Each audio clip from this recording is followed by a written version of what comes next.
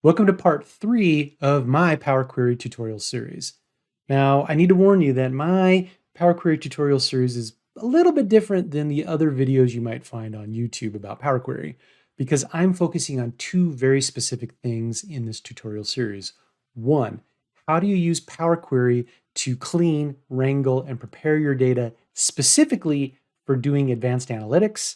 And two, how do you use Power Query itself to actually implement advanced analytics on your data in Excel? So let's jump right into Excel and tackle the topic of this particular video, which is Power Query's Add Custom Column functionality. Per the usual, I'm in the Excel workbook here, as you can see, for this video. And by the way, once again, if you're interested in getting the file, you can check the description below the video. There'll be a link to the GitHub repository where you can download this Excel file. Where we ended up last time was we used Power Query's most awesome add column from examples functionality to engineer new columns of data on the original Titanic table here. Now you don't see the columns because we just built it as a query, right? That's like a virtual table. We can manifest the query, as we saw in the last video, as a table in a worksheet if we would like. But what we've done is we've created a bunch of steps on how to process this Titanic data here and transform it into something that's better for advanced analytics. And what we're going to do in this video is continue on that work. We're going to expand that Power Query. We're going to add steps to the ETL process and add even more columns of data to the resultant table that we're going to create eventually from the Power Query query. Now, this is a fundamental exercise if you're going to use advanced analytics on your data.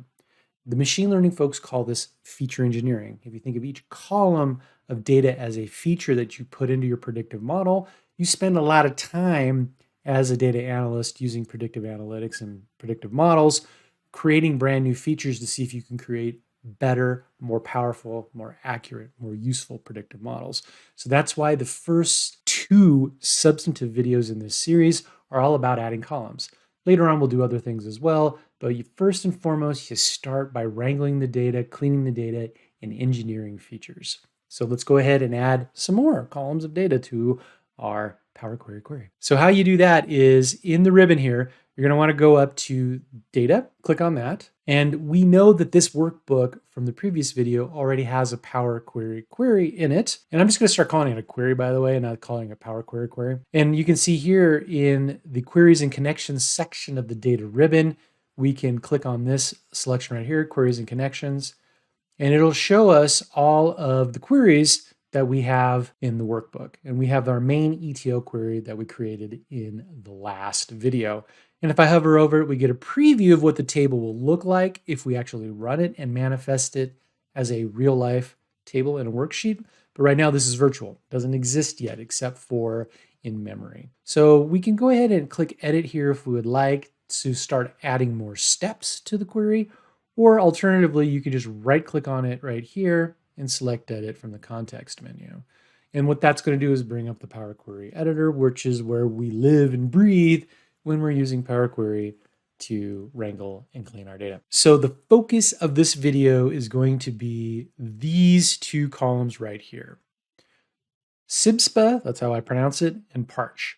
These two columns represent essentially counts of family members that were traveling with the particular passenger, that particular row of data on the Titanic. The SIBSPA column here stands for siblings and or spouses that the passenger was traveling with. And what you can see here is our very first row, we have a passenger that was traveling with at least one sibling and or spouse. Unfortunately, we don't know which is which just based on this column of data. We just know it was either a sibling, a brother or a sister, or a husband or wife, depending on the situation. So that's SIBSPA. And then there's Parch, P-A-R-C-H. Not surprisingly, this stands for the number of parents and or children the passenger was traveling with on the Titanic. So let's take a look at a more interesting record here. Let's look at this observation right here, row 8. And what you can see here is that this male passenger was traveling with 3 siblings and or spouses, most likely not 3 spouses, so at least some siblings of some kind, and 1 parent and or child. Most likely given this data, although we don't know for sure as of yet, and we might not ever be able to figure it out definitively, most likely this record is probably a child that was traveling with three siblings and one parent. That's a very plausible explanation for this data that we see here. But again, we don't know for sure just looking at the columns. These columns are going to be super useful for us because what we're going to do now is engineer a new feature. We're going to add a new column to this table based on this combination of two columns. And what we're going to do is we're going to create a new column of data, a new feature called family size. And what it's going to do is characterize what is the total number of folks traveling together on the Titanic. So let's go ahead and do that. What we're going to do is once again go to the Add Column ribbon here in the Power Query Editor. So I'm going to go ahead and click Add Column. And last video, this is the functionality we used, Add Column from Examples. And this time we're going to use the custom column functionality, which you use these two parts of the Add Column ribbon all the time. So we're going to go ahead and add a custom column. So I click the button here and this brings up a dialog. It brings up an editor for me to create a new custom column, which will be added to the end of my query here, which eventually will manifest as a table once I decide to populate it in a worksheet. And as I said earlier, we're going to call this new feature, this new column, family size.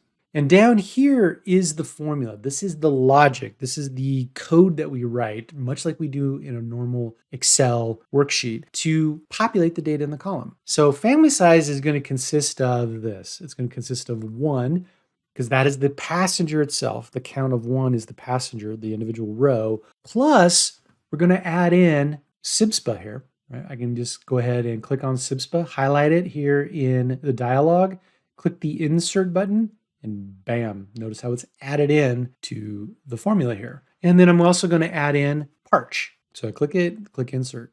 And this is the definition of my family size column, my new family size feature. It's the passenger themselves, plus the number of siblings and spouses they're traveling with, plus the number of parents and children that they're traveling with. And I click OK. And what it does is it adds me a new column called family size, where all of these values are calculated per the formula that I entered in. And you might be saying to yourself, cool, Dave, that's interesting. Great. Fine. But let me go you one better here. Okay, and I need to provide you a little background about why this is going to be cool. So if you use advanced analytics scenarios on this data set, so for example, you wanted to create a predictive model using something like logistic regression or a decision tree or a random forest algorithm for machine learning, that sort of thing, you need to know one super important thing. These predictive modeling techniques, the vast majority of them, do not understand columns interacting with each other by themselves. So for example, they wouldn't understand this concept of SIBSPA plus parch plus 1 gives you the family size. They won't figure this out on their own. That's why you need to do the things that I'm showing in this video as the data analyst, prepping your data, preparing it for advanced analytics. Basically, you need to spoon feed these predictive models, these machine learning algorithms, all of these types of really cool advanced analytic techniques. You need to spoon feed them the data because they can't figure it out on their own.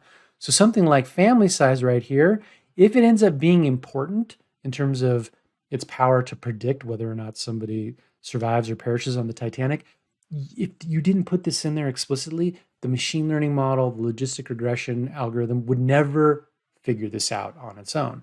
So while it might seem exceedingly simple, this is critically important. This is the heart and soul of prepping your data for advanced analytics, and then of course running advanced analytics on the data. Let's go one even better than this, okay? So family size, you need to put it in there, and yeah, it's a relatively simple feature, but check this out. One of the most important things that you can do, one of the most powerful things you can do when you are working with Power Query to set your data up for advanced analytics is to create features that are based on ratios of numbers. Because as I said earlier, these algorithms, these predictive analytics techniques aren't smart enough to figure things out, that you have to spoon feed them the data. So ratios is one of those things that they will never ever figure out on their own, and they're often very, very powerful. And let me show you what I mean in terms of an example of what I'm talking about here. So we've got the family size column, right, which basically aggregates up all of the people that were related to each other traveling as a group on the Titanic. Well, we can also say, hey, wait, of the total number of folks traveling in the family group, in the family size, what percentage of them, what ratio of them were SIBSPA? What ratio of them were Parch? Those might actually end up being very, very useful features for some sort of advanced analytics technique. That's the kind of thing that these algorithms, that these techniques will not do on their own. You have to spoon feed it to them once again. And not surprisingly, we're going to go ahead and use the custom column functionality here to do exactly that. So what we can do here is click the button again, and let's create one called SIBSPA ratio. So this is going to be the ratio of the SIBSPA value to the overall family size. So if you have a family size of 10 and you have a SIBSPA of 2, then you'd have a ratio of 0.2, or 20% of the family is considered SIBSPA, siblings and or spouses. And like I said, it might be useful for an advanced analytics technique down the road. So we're going to go ahead and throw in SIBSPA here. I'm going to go ahead and click it, click insert. And then what I'm going to do is I'm going to divide it by family size. And notice that even though we haven't really physically created family size yet, right? It only exists in the query. We can still use it in our custom column creation. So we're going to go ahead and put it insert there, click OK. And you can see here now I've got my SIBSPA ratio column added. So let's go ahead and add one more. We're going to add one more ratio. Once again, custom column up here in the ribbon. And this time we're going to do Parch. Whoops, Parch ratio. And we're going to put Parch in there. Boop. And we're going to divide it by family size. Boop. And click OK. And now we've got our SIBSPA ratio and our Parch ratio. But let's go ahead and have some fun with it now that we've got this thing created. So what I'm going to do is I'm going to go back up to the home ribbon here in the Power Query editor. And I'm going to go ahead and close and load. Because remember, this query doesn't exactly exist as a table yet. It's essentially just a collection of steps that takes this original table right here, does a bunch of transformations, and then we can reuse this query over and over again. And I'm going to show you what I mean by this. I've got a blank worksheet right here called my worksheet. And what I'm going to do for Grinsies is I'm going to go ahead and use this query, and I'm going to go ahead and populate a table in this worksheet right here. So all I need to do is right-click on this over here, right-click on the query, select Load To, and in the dialog that crops up here, what I'm going to do is switch over to Table, and I'm going to go ahead and select Existing Worksheet. Notice how the A1 column on my underscore worksheet is now highlighted, it's selected. And if I click OK, Power Query takes that original table of data, runs all the steps through it, and then gives me this cool table. And if I scroll over, you can see all of these new columns that I've added in this video right here. Family size, SIBSPA ratio, and Parch ratio. Let's close this down because it's taking up screen real estate here. So let's throw in a pivot table into a pivot chart, kind of show you what I mean by why these particular features that we've added could be useful from an advanced analytics perspective. So I'm just going to go ahead and click on the table, go up to the ribbon, select Insert, hit Pivot Table here. And I'm going to add it to my existing worksheet. And I'm going to go ahead and put it over here in T2, I think is what I'm going to do. Because, you know, why not T2? I'm rolling with the Terminator here. Okay, so I've got myself my pivot table. And I'm going to just go ahead and scroll over, get some more screen real estate here. And got my pivot table functionality. I'll just expand that so you can see a little bit more. Make sure it doesn't cover up by my face. Okay, let's go ahead and do some analyses here. Let's do some cool stuff. So what we can take a look at is, let's take a look at, we're going to use sex first here, males versus females. And then we're going to go ahead and check it out by new P class, looking good. And let's go ahead and drop new survived here on the columns and then to the values as well. And we've got ourselves a little pivot table. But what's even better yet is a pivot chart. I love me some pivot charts. So we're going to go up to Pivot Table Analyze here on the ribbon. And we're going to go over here to Pivot Chart. We're going to insert a pivot chart here. And I like to use stacked columns an awful lot when I'm exploring data like this, just because it gives me kind of an overview of what's going on in the data. So if I click OK, I get a pivot chart here. I'm going to go ahead and put it down here so I can make it real big. so you guys can see it real well here. And I'm going to go ahead and get rid of all of these legends. Okay, so this is pretty cool, right? So we've got what we got here is females in first and second class, third class, males in first, second, third class. Blue is the folks that unfortunately perished. Orange are the people that survived. And what you can see here is the relative proportions. Well, here's what's really cool. Let's add in the family size feature that we just engineered. So I'm going to go ahead and drag this into the pivot table here. And look at that. Look at that. This is awesome. What we can see here very clearly is some interesting patterns. So first up, take a look at females in third class. What you can see here is when the family size is 1, that's somebody traveling alone. So females that were traveling alone in third class actually survive more than half the time, right? 37 survived and 23 did not. So that means it's greater than a 50-50 chance. So that's interesting. And notice that what happens is that as the family size gets larger, it overwhelmingly starts to become that females in third class with large families do not survive. This is the kind of thing that a machine learning algorithm, for example, won't figure out on its own unless you explicitly create a feature like family size. So that's why you do this sort of thing. And I'm going to go ahead and leave the last 2 features for you to explore on your own. They're going to come into play later on in the tutorial series when we add in another feature called title. And then that's when these things will really pop in terms of the patterns that we can see in the data. When the next video in the tutorial series is ready, it'll show up either here or here. And in the meantime, I'll put up some other Excel data analysis videos for my channel that you might be interested in. If you like this video, would you mind helping me out with the YouTube algorithm and just smash that like button? That would be really super awesome. Until next time, please stay healthy, and I wish you very, very happy data sleuthing.